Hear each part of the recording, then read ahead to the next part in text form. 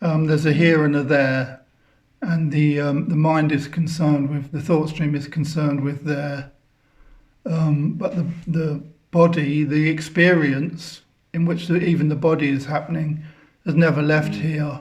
You know, Yeah. everything you said about going to Bicester tomorrow, they're just words arising in the present now Yeah. about a Yeah. concept. So the imagination's fired, and there is referring to memory because we've been to theirs before, haven't we? Mm. So the Mm. reference to the past about the future.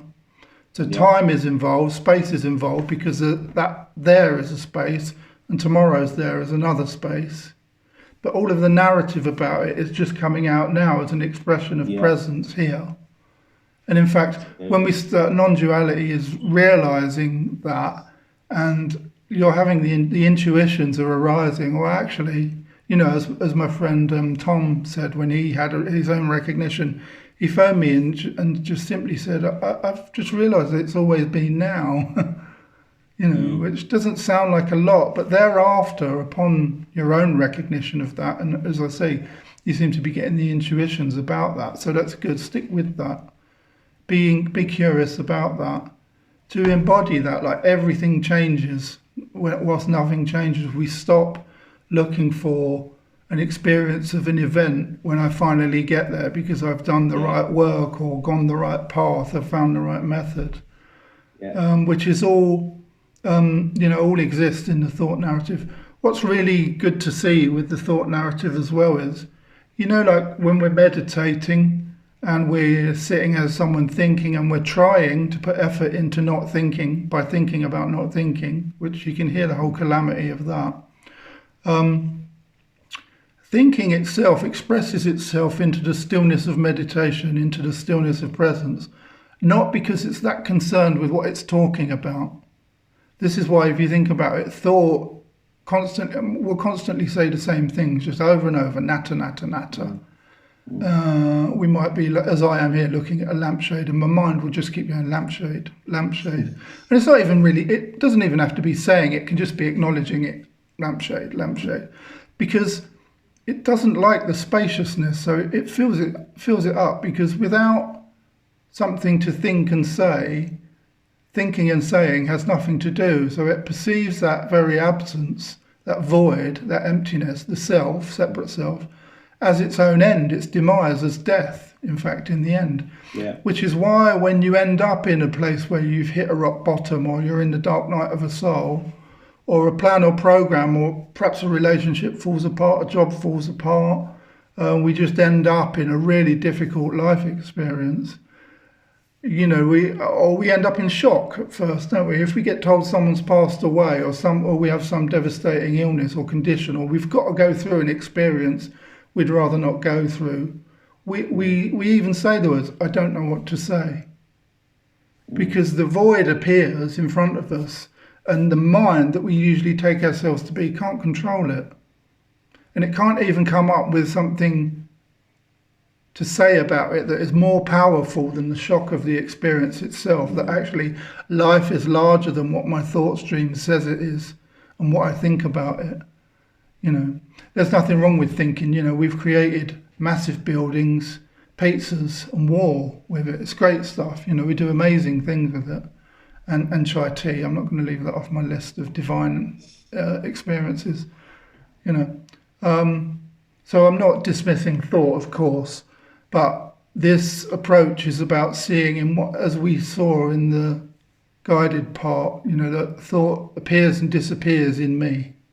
And in the me, or the I, that we've always been, that rode the bike when I was little, that dated when I was 20, that got dumped when I was 30, that liked to get drunk at the weekend, so it could, in that oblivion, in that state of feeling high, or in those altered states of substance use when it's all great, could feel the absence of the thinker for a few hours or a period and be present to the experience. You know, this is what I used to say in the recovery communities about drugs, wasn't it? It wasn't to, it was an experience of being present. You know, even if you're just present to the ritual, whether it's the opening the bottle and pouring it, or rolling the joint, or cooking the spoon, or chopping up the line, whatever it is, you're present to the task, the uh, the practice, like a spiritual practice, isn't it? Preparing the space for the experience, and then ingesting or receiving the substance to alter the consciousness. And in all of them, whether it's food, gambling, and even in meditation and so-called spiritual paths and programs, we undertake them all to bring about getting there at the end of it. When will I finally get there? Oh, this is it. The baffling feature, certainly for me with substance misuse, was every time I encountered a new substance, from alcohol to cannabis to psychedelics to stimulants to opiates, every single one of them, and also in every last relationship I entered into, and every new type of food that I encountered. I remember my first falafel, I remember my first hummus, I remembered the first time I had halloumi. All of them give part the veil for a moment, and they seem like, yes, this is it. When an experience overwhelms us, or even a beautiful place, or the seaside, or a cliff, or the Grand Canyon, or a beautiful person, we come out of the thought stream, understanding and presence is reached temporarily. And once we've tasted that, we want more of that. It's what every human being does, is undertake actions to bring about the sensation of the absence of the thinking mind. What we usually call it happiness or peace. Not happiness as an emotion, but the experience of simply feeling restful and abiding in happiness. Many of us, as working class working men in the UK, we get that by doing a good day's graft, getting home in the evening and putting our feet up and having something nice to eat and watching something we like, preference, on the TV. And for a period, an all too brief period, to be fair to men and women, we settle for enough of that in the evening so that we can get up and do it all again the next day and come back to the experience of settling. This is the world, isn't it? This is how the design for living lives in the world as we understand it.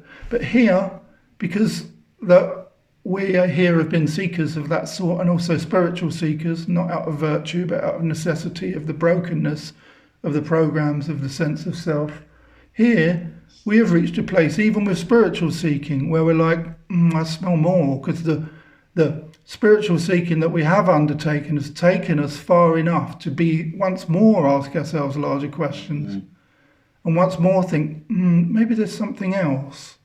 So this, what we're doing is an invitation, and from, if I can be arrogant enough to say, from having accepted that invitation, a few years back, I'm using the given gift I've got of words. The thing that's always been there is a capacity to be interested, at least in words, and also interested in that search for truth that all of this seeking and this expression here points to. It's using that as an invitation to other people, should they take it, and no one's obliged to. I'm not. I haven't got a place on your table of how things should look for you guys. Because there is no table and there's no you sitting at it. But we're using words to point beyond words. We're using words in the service of the unsayable, what is finally uncapturable by words alone, but we're using them to point to it.